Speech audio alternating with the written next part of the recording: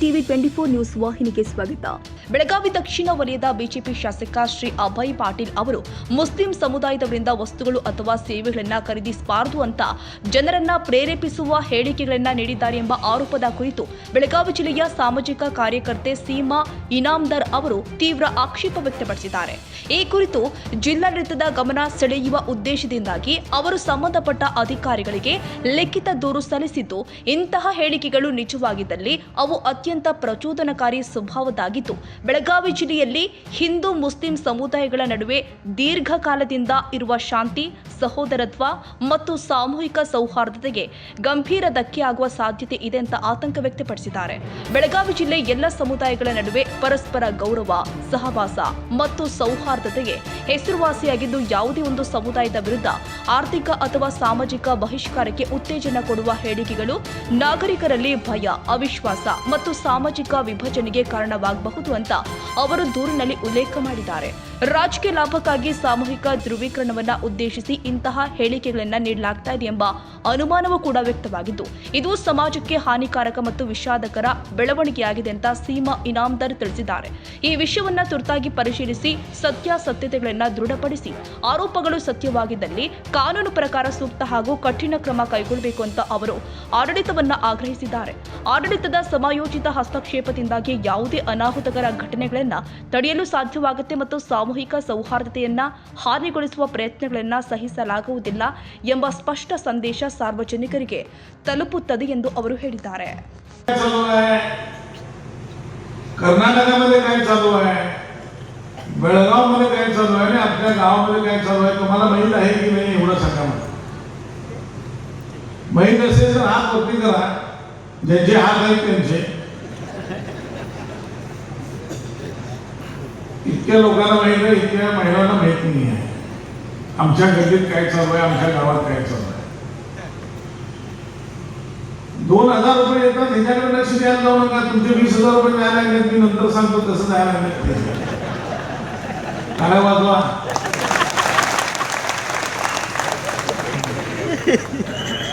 Maggi किशान में 800 रुपये है कि 2 किशान 10,000 रुपये दिया लक्ष नाही घेऊन ಅದು ಹೇಳ್ತಾರೆ ಮತ್ತೊಮ್ಮೆ ಹೇಳ್ತೀನಿ. ಧನಂಜಯ ಅಂತಾನು ನನಗೂ ಸಾಂಗಿ ಹೋಗೋದು ಬಿಟ್ಟು ಕೆಲಸ ಬಂದ ಧನಂಜಯ ಸಂಬಂಧ. ಯಾಕಂದ್ರೆ ಯಾವುದೇ ಕಾರ್ಯಕ್ರಮ 29 ವರ್ಷ ಮಾಡೋಕ್ಕಾಗೋದಿಲ್ಲ. ಶ್ರದ್ಧೆ ನಿಷ್ಠೆಯಿಂದ ಮಾಡೋಕ್ಕಾಗ್ತದೆ, ಮತ್ತು ಅವನ ಮೇಲೆ ವಿಶ್ವಾಸ ಇದ್ರೆ ಮನೆ ಬರ್ತದೆ. ಅದಕ್ಕೆ ಇವತ್ತಿನ ನಾವು ಯಾರು ಚಪ್ಪಾಳೆ ಹೊಡೆದ್ರು ಡಬಲ್ ಧನ್ಯವಾದ. ಹೋಗಿ सगळ्यांना माहित आहे, शिवाजी महाराजांचा इतिहास माहित आहे, संभाजी महाराजांच्या बद्दल काय झालेलं सगळं माहित आहे. दीपू दास बांगलादेशमध्ये ज्या पद्धतीने एक दलित हिंदूला मारून जळून टाकलेलं सगळं माहित आहे. बेळगावमध्ये काय चाललेलं आहे सगळं माहित आहे. एवढं सगळं माहित असताना आम्ही काय करायला लागलो हे प्रश्नचिन्ह आहे आणि हे प्रश्न तुम्हाला विचारणार. माझं एक किराणा दुकान आहे. काय ज्यांना देवाने जीव दिलेलं आहे त्यांनी उत्तर द्यावं हे माझं अपेक्षा आहे. माझं एक किराणा दुकान आहे. काय सगळ्यांनी बोलूपर्यंत मी असं सांगणार किराणा दुकान मग जेवण होतच नाही. किराणा दुकान मध्ये संध्याकाळ समजा माझं काय आहे जोरात सांगा. आणि जो व्यापार करायला येतोय त्याच्या वडिलांना मी शिवाय देतो कायम. काय करतो, जो गिराईक येतोय त्याच्या वडिलांना मी शिवाय देतो आणि त्यांच्या खानदानाला मी मानत नाही. मग तो आमच्याकडे व्यापार करतोय काय, जोरात सांगा करतोय काय.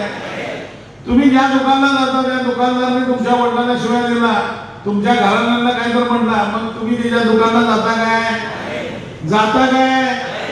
जोरात सांगा. काय टॅक्स बसवला नाही, जाता काय नाही जात. ज्या लोकांनी देवाला मानत नाही त्यांच्याकडनं हार म्हणून घालता, मग देव कसं तुम्हाला आशीर्वाद देणार, कधी देत नाही हे तुम्ही आयुष्यात ठेवा. ज्या माणसाकडनं तुम्ही भाव निर्माण करतो त्याच्याकडनं काहीतरी घेऊन देवाला दिला तर तुम्हाला आशीर्वाद मिळणार आहे. आजपर्यंत तुम्ही यंगमाना देवस्थानला गेलाय, चिंचणीला गेलाय, नंतर इकडे देवस्थानला गेलाय, देवाला न मानणाऱ्यांच्याकडनं जे फूल हार माळ प्रसाद घेऊन गेलाय, म्हणून तुमचं कुठलंही आपली विशेष देवाने ऍक्सेप्ट केले, सगळं रिजेक्ट केलेलं आहे.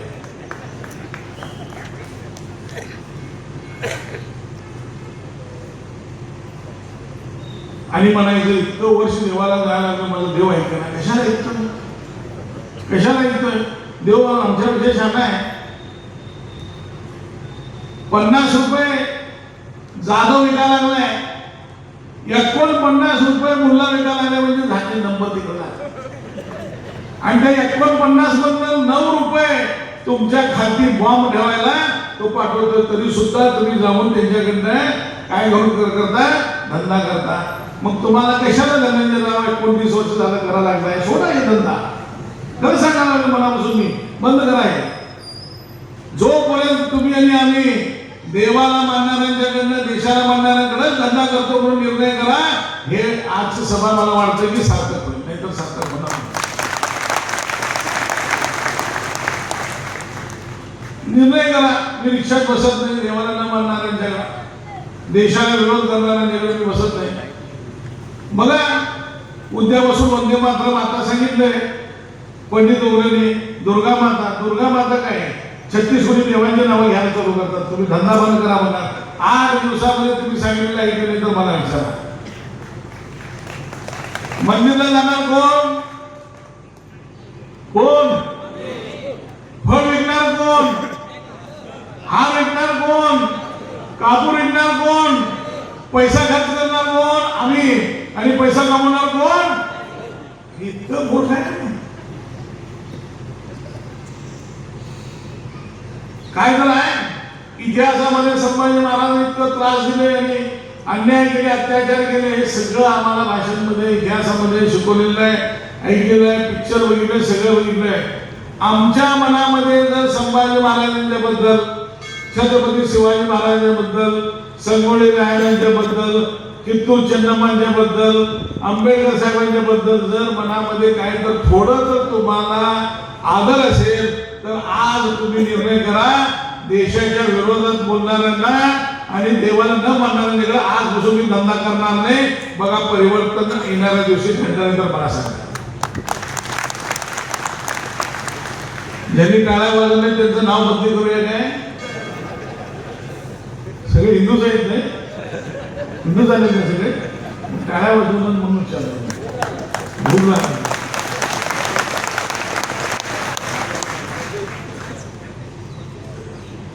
निर्णय करणार, दोन्ही हात वरती करा.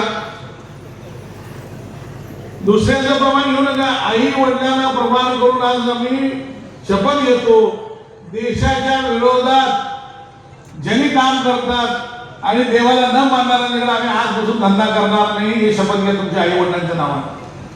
मला समजा घेतलं आई वडिलांचं नाव, देवाचं नाव घेऊ नका. आमचे देव कोण आहे? आमचे आई वडील आहेत की नाही?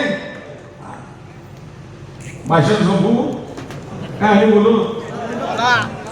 फार आहे बोलायचं. आणि इकडे येतो, माझ्या मतदारसंघामध्ये पाकिस्तानच्या लोकांना मी आजपर्यंत धडा दिलेला नाहीये, देणार नाही. मला वाटेल ते होऊन तर या लोकांना मी आजपर्यंत वाव दिलेला नाही. देशविरोधी काम करणाऱ्यांना धडा दिलेला नाही आहे. आज गरज आहे तालुक्याच्या लोकांच्या कडक राहायला पाहिजे. बाहेरचे लोक येऊन लुडबुड करायला लागलेत. लक्षात घ्या, काही लोकांना आता नरेंद्र सांगितलं हस्तगत करून बेळगाव तालुका कब्जा करायचा प्रयत्न चालू झालेला आहे. तर लक्षात घ्या. आणि धनंजयसारख्या युवकांना आम्ही सगळे इथं असणारे पाठीशी राहायला पाहिजे आणि असले जे गाव आहेत त्यांना आम्ही हलवून पाडलं पाहिजे. फक्त धनंजय बोलवतो त्यासाठी यायचं काम करू नका.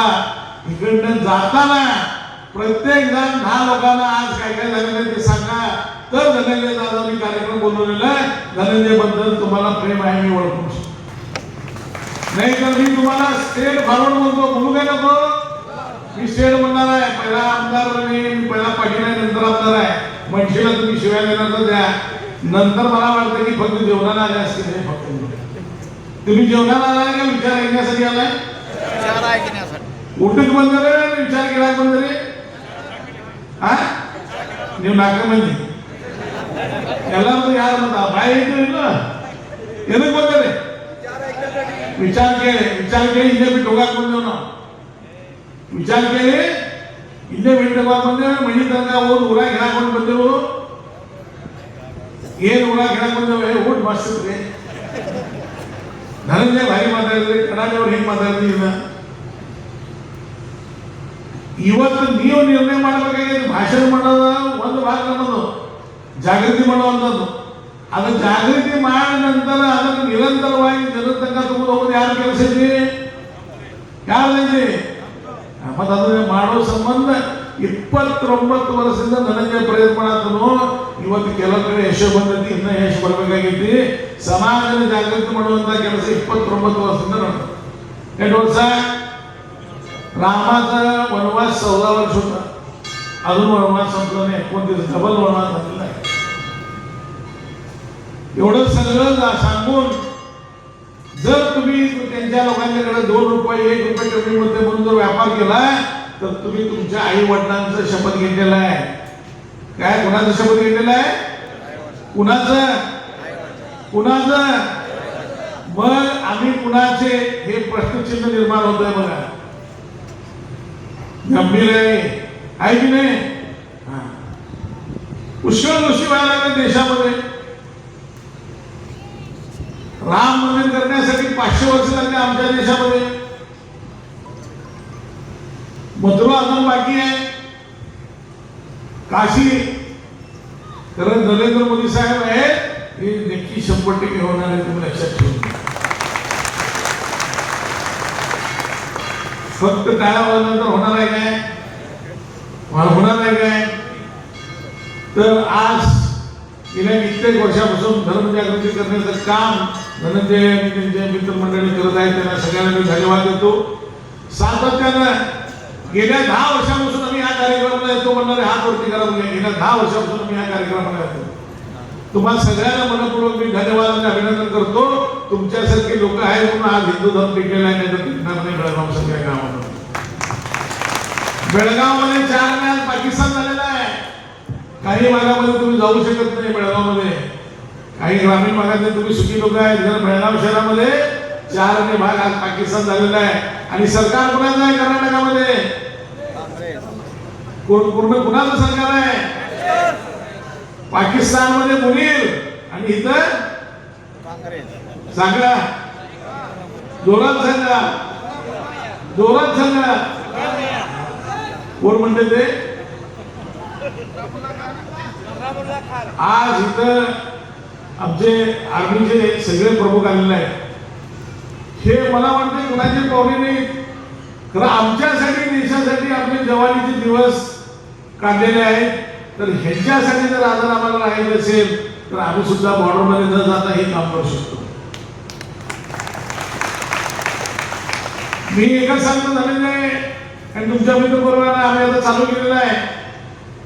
लग्न झाल्यानंतर ज्या दिवशी लग्न होतं आमच्या घरामध्ये, आमच्या मित्रपरिवारामध्ये लग्न झाल्यानंतर घराला जायच्या अगोदर कुठं जातो आम्ही? एक कुठलं तर त्या भागातल्या मंदिरला जातो. आम्ही बेळगावमध्ये स्मारक गार्डन म्हणून गेलेलं आहे. आम्ही बेळगावकरांना सांगायला लागलोय, लग्न झाल्यानंतर मुलांना आणि नववधूवरांना मंदिरला जाऊन, युद्ध स्मारकला जाऊन सैनिकांना वंदन करून तुम्ही घराला जावा. बघा देशामध्ये कसं प्रगती निर्माण होते, देशामध्ये स्वाभिमान निर्माण होते आणि सैनिकांना पण वाटतं की देश आमच्या बाजूला आहे. तर हे निर्णय घ्या. आणि नवीन पद्धत, नवीन जुनं पद्धत आहे. तर आम्ही आदर करायचं काम फक्त देवाला जातो, देवाला गेलं पाहिजे. त्याचबरोबर सैनिकांना वंदन करण्याचं काम भविष्यामध्ये झालं तर मला वाटतं की एक जागृती निर्माण करण्याचं काम होतंय. आणि एकदा धनंजय आणि त्यांच्या मित्र परिवारांना मी धन्यवाद देतो आणि गडाडी साहेबांचा आभारी घेतो. नाव माझं भूल हो. ये मेरा मैसेज सबके लिए है जो कास्टिज्म करता है. हम पाकिस्तान को प्यार नहीं करते, हम इंडिया को प्यार करते हैं, हम हिंदुस्तान को प्यार करते हैं. हम जहाँ पे खाते हैं वहाँ पे छेद नहीं करते. मुसलमान सिर्फ हम अपने मज़हब को प्यार करते हैं. हम इस्लाम को प्यार करते हैं, मुसलमान को प्यार करते हैं और इस्लाम को प्यार करते हैं. और सभी का मज़हब को हक है कि अपने मज़हब को प्यार करें. हिंदू अपने मज़हब को प्यार करता है. मेरे जितने भी फॉलोअर्स हैं, फ्रेंड्स हैं, और जितने भी हैं मेरे सभी मज़हब के हैं, हिंदू है, मुस्लिम है, सभी है। और हम जब भी जहाँ पे भी जाते हैं सभी पूछ के हम नहीं खरीदते। आप हिंदू हो, आप मुसलमान हो, वो पूछ के नहीं खाते, क्योंकि 3 वक्त खाना खाना पड़ता है, तो ऊपर वाले ने जो बनाए हम वही खाते हैं। कास्टिज़म नहीं करना है। ये कास्टिज़म कर करके ना इंडिया पाकिस्तान आप एक दिमाग में रख के ले। हम हिंदू, मैं एक मुसलमान हूँ, एक सैयद फैमिली से हूँ हम पाकिस्तान को प्यार नहीं करते, हम अपने मुसलमान से प्यार करते हैं, हमारे मज़हब को प्यार करते हैं, हम इस्लाम को प्यार करते हैं। हम जहाँ पे अभी हिंदुस्तान में रहते हैं, हम नहीं चाहते कि हिंदुस्तान के खिलाफ हम बात करें या हम प्लानिंग करके ये टेररिस्ट है, ये सब बकवास बातें हैं। ये सिर्फ 4 लोग होते हैं जो जिन्हें पैसा दिया जाता है, शायद वो बात करते हैं, कास्टिज़म करते हैं। यहाँ पे हम सब एक है। अभी ये बीजेपी कांग्रेस करते हैं, यहाँ पे दिन में बीजेपी कांग्रेस, बाद में रात में पार्टी वार्टी में रहते हैं, वो एक दूसरे के साथ फ्रेंड्स है। अभी मैंने यहाँ पे देखा यूटी कादिर सर के साथ अभय पाटिल सर का फ़ोटो बहुत अच्छा लगा। बीजेपी कांग्रेस एक फ़ोटो में रहे, अच्छे है ना। एक हिंदू मुस्लिम वहाँ पे भी है, अच्छे है ना। यहाँ पे सब एक ही है, तो आपको क्या प्रॉब्लम है?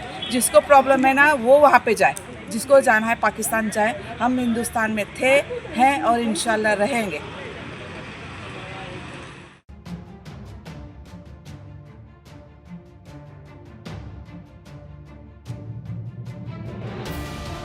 ಕನ್ನಡಿಗರ ಮೆಚ್ಚಿನ ನಿಮ್ಮ ಟಿವಿ 24 ಕನ್ನಡ ನ್ಯೂಸ್ ವಾಹಿನಿ ಇದೀಗ ಟಿವಿಯಲ್ಲಿ ಲಭ್ಯ.